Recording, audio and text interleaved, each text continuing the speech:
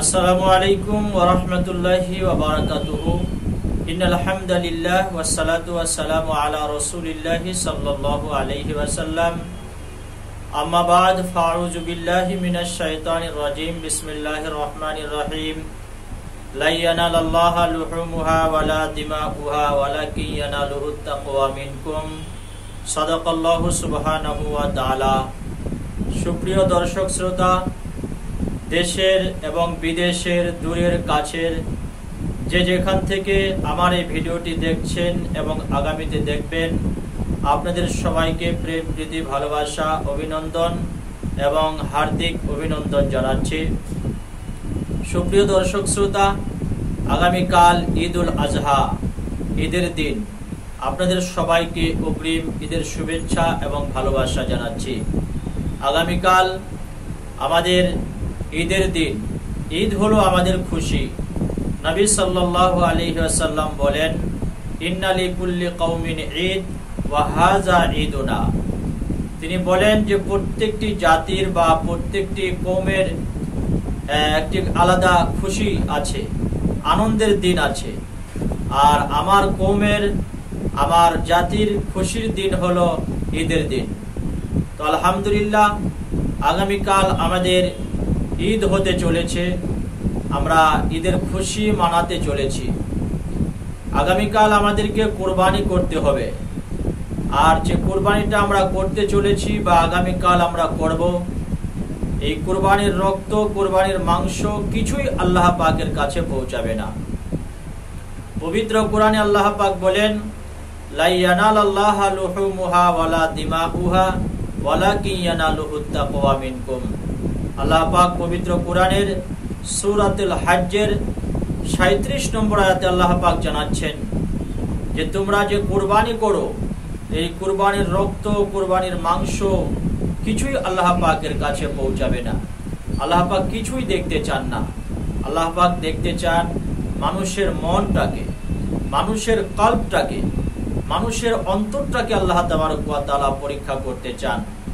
আমরা কি মন মানসিকতা নিয়ে, কি নিয়ত নিয়ে, কি পরিকল্পনা নিয়ে মানুষ কুরবানি করে, সেটাই আল্লাহ তাবারক ওয়া তাআলা দেখবেন। এই কুরবানি হযরত ইব্রাহিম আলাইহিস সালাতু ওয়াস সালাম থেকে এসেছে। তিনি কুরবানি করেছিলেন। পবিত্র কোরআনে আল্লাহ তাবারক ওয়া তাআলা জানাচ্ছেন, ফালাম্মা বালাগা মাআহুস সায়া ক্বালা ইয়া বুনাইয়া ইন্নী আরা ফিল মানাম। সূরা সাফফাতের 100 থেকে নিয়ে 110 বা 12 নম্বর পর্যন্ত বিস্তারিতভাবে আল্লাহ তাবারক ওয়া তাআলা ইব্রাহিম আলাইহিস সালাতু ওয়াস সালামের সেই ঘটনাটাকে আল্লাহ পাক তুলে ধরেছেন জাতির সামনে। সেখানে বলা হয়েছে যে ইব্রাহিম আলাইহিস সালাতু ওয়াস সালাম তার সন্তানটি ইসমাইল আলাইহিস সালাম যখন হৃষ্টপুষ্ট হয়ে উঠল, বালকটি যখন বেড়া ঘোড়ার মতো বয়সে উপনীত হলো, আল্লাহ তাবারক ওয়া তাআলা তাকে স্বপ্ন দেখালেন, ইন্নী আরা ফিল মানাম আন্নী আযবাহুকা ফানজুর মাজা তারা। ইব্রাহিম আলাইহিস সালাতু ওয়াস সালাম স্বপ্ন দেখার পরে তার সন্তানকে বললেন, ইয়া বুনাইয়া, হে আমার সন্তান, হে আমার কলিজার টুকরা, আমি স্বপ্নের মাধ্যমে দেখেছি যে আমি তোমাকে কুরবানি করছি, তোমার গলায় আমি ছুরি চালিয়ে দিচ্ছি।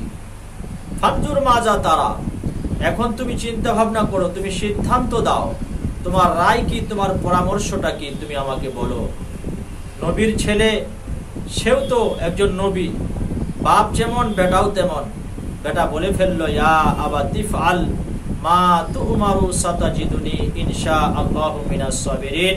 হে আমার আব্বা, আপনি স্বপ্নে যেটা দেখেছেন, আল্লাহ পাক আপনাকে যেটা দেখিয়েছেন, যেটা আল্লাহ পাক চাচ্ছেন, সেটা আপনি করে ফেলুন, আপনি দেরি করেন না। ইন্নী মিনাস সাবিরিন, নিশ্চয় আপনি আমাকে ধৈর্য ধারণকারীদের সাথে পাবেন। তো ইব্রাহিম আলাইহিস সালাতু ওয়াস সালাম নিজের সন্তানকে কুরবানি করেছিলেন। পবিত্র কোরআনে তারপরে আয়াতে আল্লাহ পাক বলছেন, ফালাম্মা আসলামা ওয়া তাল্লাহু লিল জাবিন।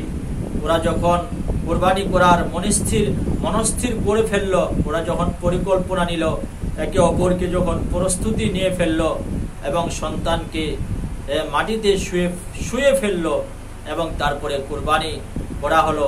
কিন্তু আল্লাহ তাবারক ওয়া তাআলা সেখানে ইসমাইলকে কবুল না করে ফাদাইনাহু বিযিবহিন আযীম, সেখানে একটি পশুকে হয়েছে, একটি দুম্বাকে কুরবানি করা হয়েছিল। তো আল্লাহ তাবারক ওয়া তাআলা আজকে যে আমরা কুরবানি করব, আল্লাহ পাক আমরা কি মন মানসিকতা নিয়ে কুরবানি করছি সেটি আল্লাহ পাক দেখছেন। আল্লাহর হুকুমটা বড় না আমার ইচ্ছাটা বড়? আল্লাহ পাক যদি আমাকে কুরবানি করতে বলে নিজের সন্তানকে, তাহলে আমরা করতাম কিনা? আমার মনটা কি বলে? এই মনটা, আন্তরিকতাটা পরীক্ষা করার জন্যই কিন্তু আল্লাহ তাবারক ওয়া তাআলার এই কুরবানি। তো কাল আমরা অবশ্যই ইনশাআল্লাহ কুরবানি করব। আল্লাহ পাক আমাদের সকলের কুরবানিকে কবুল করে নিন।